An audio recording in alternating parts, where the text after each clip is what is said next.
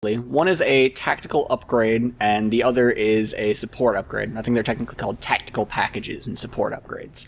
But these are innate abilities that just sort of passively change the way that the game behaves for you.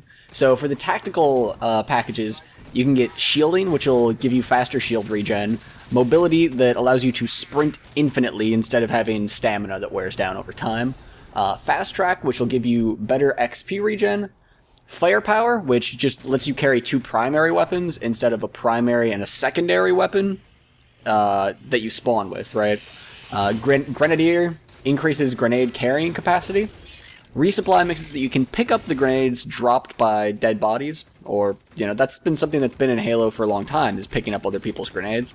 So I don't know whether you only get that if you have resupply, or if you just get more grenades off of dead bodies in addition to the grenades that they drop. Requisition, the next one, allows you to, if you get personal ordnance called down in Infinity Slayer, and you don't like what it's on there, you can just re-roll it. You can get a new randomly selected package.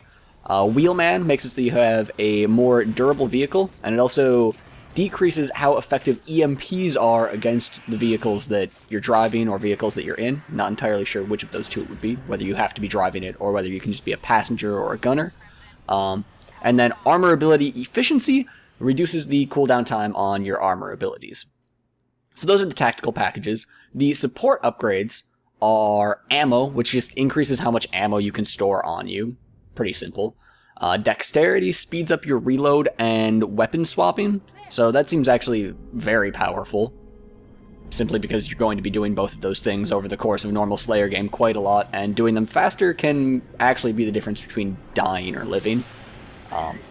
Sensor, which just increases the range and sensitivity of your motion tracker, so people don't have to be moving as quickly for you to see them, and also you can see a bigger range. Awareness makes it so that even if you're zoomed in with like a battle rifle or a sniper rifle, you can still see your radar. Maybe that'll be useful if you're actually able to keep an eye on both of those things really well. Stability makes it so that when you're taking fire, your weapon is more steady. Explosives alter the way the grenades behave for you, so you actually take less damage from other people's grenades, and the range of your grenades is increased, the damage range, not the throwing range. Wetworks allows you to sprint quietly, and it also, when someone uses Promethean Vision, they see you only as an outline, as opposed to like a full person. And it also allows you to perform your assassinations more quickly. If you melee someone from behind, assassinations are still in. So, arguably, people would just say, oh, well, I wish assassinations were just gone. That would be better than being able to do them more quickly. I wish I could just melee someone in the back of the head and they died instantly. But that is not the case in this game. Gunner increases how long you can fire a mounted weapon before it will overheat. And also, if you detach a turret and carry it around, it increases how fast you move around with that. And ordnance priority increases how quickly your personal ordnance cooldown in Infinity Slayer recharges.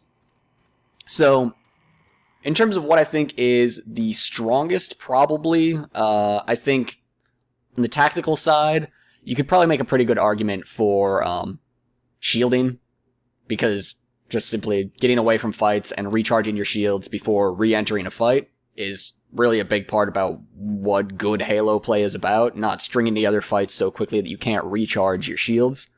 Under the support section, I think probably dexterity is what I could see myself rolling out.